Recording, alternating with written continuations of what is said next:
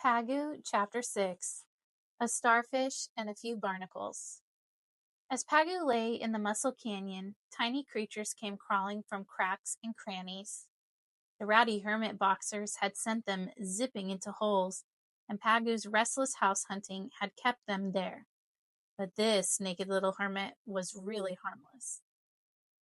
How could so many of them live among mussel mooring lines where even tiny Pagoo couldn't crowd in? Crabs smaller than young Pagoo eyed him from the matted growth.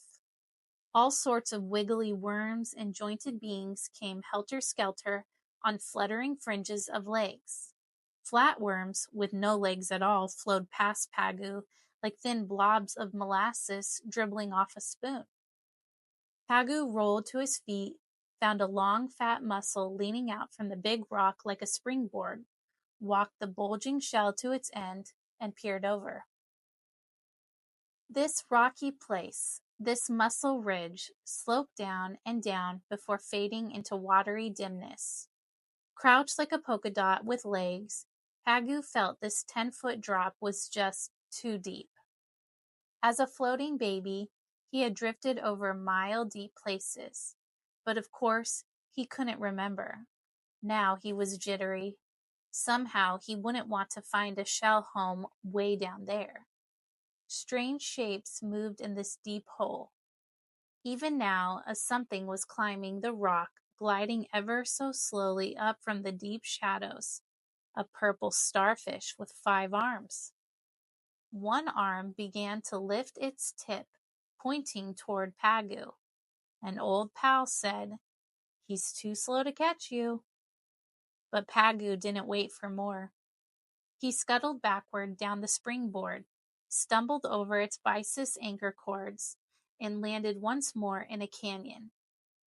He righted himself and ran. Skittering past more mussels, he bumped into the bouncy stalk of a goose barnacle. This animal's top part grew bony plates like flat teeth plastered to its rubbery sides. The toothy look didn't frighten Pagoo, but, well, he saw no chance of a home in a goose barnacle. He walked away, keeping an eye on the starfish. The starfish glided on 2 feet, like tiny soda straws. Many of them stretched, took a suction grip, and pulled the starfish along. The purple animal reached the mussel springboard, felt around carefully, and slowly straddled the tight crack where the book doors met. 3 of its arms fastened their 2 feet to one shell. The last 2 arms clutched the other shell. So this thing was after mussels, not Pagoo. Pagoo left the goose barnacles with their rubbery stalks and came to the hard shell of a red barnacle stuck tight to the rock. This animal's inch-high home looked like an Indian teepee, stretching high above Pagoo. Nearby were other kinds of acorn barnacles, but the red barnacles made an Indian village complete with a haze that looked something like smoke swirling from the teepee tops.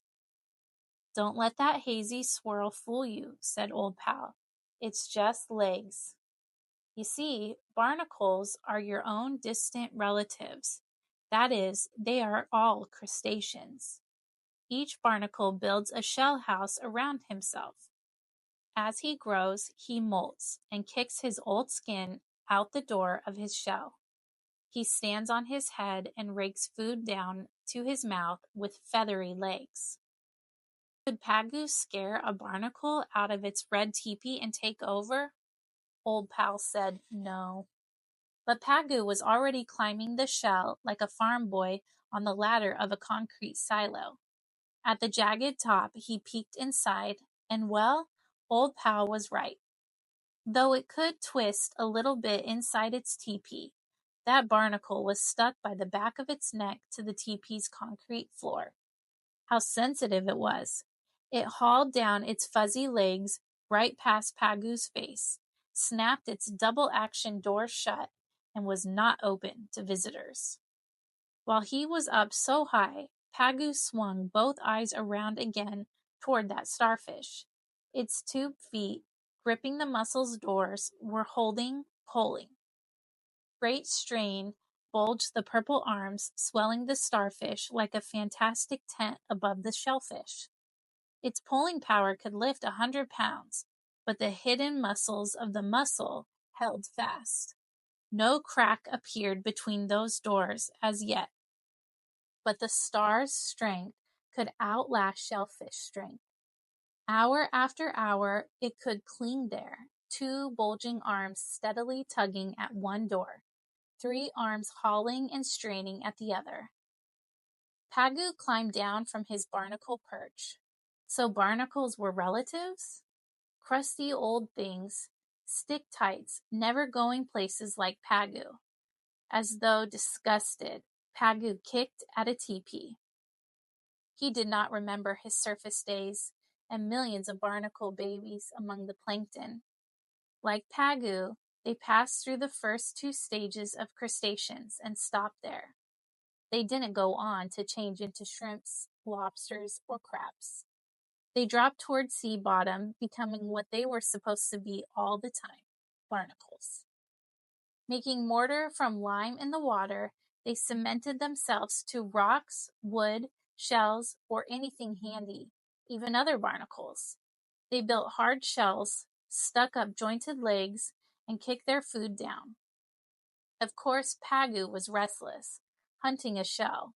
Unlike feather-footed barnacles, he could use his legs for traveling. But he had rubbed feelers with barnacle babies who would travel where he could never go. Settled on the backs of sea turtles, some kinds would live in tropic waters. Whales would carry other kinds to Arctic or Antarctic seas. Still others, hugging wooden boat hulls and steel ship bottoms, would prowl the world's oceans, living well on sea soup all the way. These crusty boat travelers never would understand that the masses of their stony houses add tons of weight to ships, dragging down their speed. Peaceful barnacle colonies cause much anger among sea captains. It costs a lot to scrape a ship's bottom, foul with barnacles, when it finally drags into home port. Pagoo had his eyes on a heap of pink barnacles built up like a fairy castle. At the very top, a mere button of one of them stuck to the one below it. Wasn't that about the size for Pagoo? From where he stood on Mussel Ridge, it looked vacant, empty, and he climbed toward it. Meanwhile, the starfish was winning its tug-of-war with the mussel, and the hard book doors were slowly opening.